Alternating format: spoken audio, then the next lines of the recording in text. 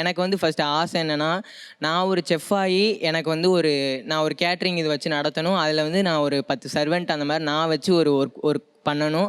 என்னோட கேட்டரிங் பெஸ்ட்டாக இருக்கணும். இந்த இந்தியாவிலே என்னோட கேட்டரிங் பெஸ்ட்டாக இருக்கணும். அந்த அளவுக்கு நான் கொண்டு வந்து ஒரு இது பண்ணணும்னு நினச்சிட்டு ஒரு ஃபுட் இண்டஸ்ட்ரியில் பெஸ்ட்டாக வரணும்னு நினைக்கிறீங்க. பெஸ்ட்டாக வரணுங்கிறது என்னோட எய்ம் சார். ஓகே, அது ஓகே. பட் இப்போ அம்மா தான் உங்களுக்கு இன்ஸ்பிரேஷன் சொன்னீங்க. அது போக செஃப் ஃபுட் இண்டஸ்ட்ரியில் உங்களுக்கு யாராவது இன்ஸ்பிரேஷன் இருக்காங்களா? யாரு? மாதம்பட்டி ரங்கராஜன் சார், அந்த மாதிரி நிறைய தாமு சார், நிறையா பேர் வந்து எப்படி சொல்கிறேன்னா, இவங்களோட கருத்து என்னென்னா, செஃப் படித்தா அது வந்து ஒரு அடுப்படியில் பார்க்குற வேலை, அது வந்து ஒரு சமையல்காரங்கிற வேலை, அந்த மாதிரி மட்டும்தான் உங்களோட தாட் இருக்குது. ஆனால் அதை படித்து சாதிச்சவங்க எவ்வளோ பேர் இந்த சொசைட்டியில் இருக்காங்க, அதை பற்றி யாருக்குமே வந்து தெரிய மாட்டேங்குது சார். அதான் ஒரு இது. உங்களுக்கு வந்து ஒரு ரெனவுண்ட் செஃப் ஆகணும்னு ஆசை? ஆமாம் சார். என்னோட ஆசை வந்து சார், என் மையன் லாயர் ஆகணும்னு ஆசை சார். ஓகே, அங்கே செஃப் ஆகணும்னு நினைக்கிறாங்க பொண்ணு, ஜட்ஜ் ஆகணும்னு ஆசையா உங்களுக்கு? உங்கள் பையன் செஃப் ஆகணும்னு ஆசை, உங்களுக்கு லாயர் ஆகணும்னு ஆசை.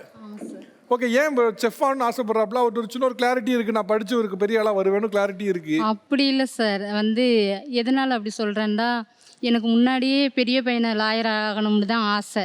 இப்போ அவன் வந்து ஃபார்ம் படிக்கிறான், மெடிக்கல் சம்மந்தமாக. சின்ன பையனையாதும் லா படிக்க வச்சுருவோம் அப்படின்ட்டு என்னுடைய ஆசை. அவன் என்னென்னா நான் கேண்டரிங் தான் படிப்பேன் அப்படின்னு சொல்கிறான். சரிம்மா, ஓகே.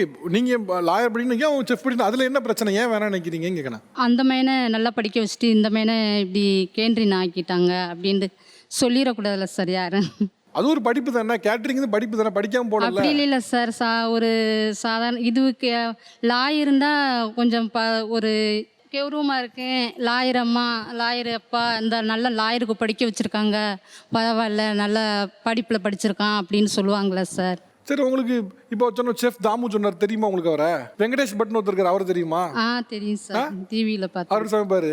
சரி, இப்போ உங்கள் வெங்கடேஷ் பட் வந்து உங்கள் சொந்தக்காரன்னு வச்சுக்கோங்களேன். நாளை பின்ன கல்யாணத்துக்கு போகும்போது இந்த வெங்கடேஷ் பட் டிவியில் சமைப்பார்ல, அவர் எங்கள் அண்ணன் மையன் தான், இப்படி சொல்லிக்கலாம் மாட்டீங்களா? சொல்லுவீங்க தானே? எனக்கு வந்து அது ஓகே, நீங்க உங்க லா பாயிண்ட்ல நிக்கிறீங்க, நான் கேட்கறது பதில் சொல்ல மாட்டீங்களே. நாளை பின்ன கல்யாணத்துக்கு போறீங்க, சடங்கு வீட்டுக்கு போறீங்க, இந்த டிவியில சமைப்பாருல அவர் நம்ம அண்ணன் பையன் தான் அப்படின்னு சொல்லிக்கலாம் மாட்டீங்களா? சொல்லது சார். இப்போ சரி, இப்போ நான் வச்சுக்கோங்க, நான் சொந்தக்காரன் வச்சுங்களேன், சொல்லுவீங்களா மாட்டீங்களா? டிவியில் வருவாப்ல அவர் நம்ம அண்ணன் பையன், சொல்லுவீங்களா மாட்டீங்களா? அப்புறம் என்ன? அது வந்து அவங்க சைட்ல இருந்து பார்க்குறப்ப வந்து செஃப்னா இதுதான், இதுக்கு மேலே ஒன்றும் வேல்யூ கிடையாது, அது படித்து என்ன பண்ண போகிற, அந்த மாதிரி ஒரு மைண்ட் செட்டு சார் அவங்களுக்கு. இன்னொன்று வந்து மேம்ஸ் உங்களுமே வந்து அதான் சொன்னாங்க, உங்கள் சொன்னதுக்கு செஃப் படிக்க போகிறேங்கிறது அந்த மாதிரி அடுப்படியில் இருக்கிற வேலை அந்த மாதிரி சொன்னாங்க. இவங்க சைட்லேருந்து இப்போ மேம் என்ன சொன்னாங்க அப்படின்னா, என் ஸ்டூடெண்ட் வந்து என்கிட்ட இருந்து சைன் பண்ணி போகிறப்ப அவங்க வேறு இது போகிறாங்க, நீ ஏமா இதை எடுத்த அப்படிங்கிறாங்க. இது வந்து ஃபஸ்ட்டு என்னென்னா, பேரண்ட்ஸ் கிட்ட ஒன்றே ஒன்று சொல்ல விரும்புகிறது என்னன்னா, கம்பேரிசன் வந்து பண்ணாதீங்க.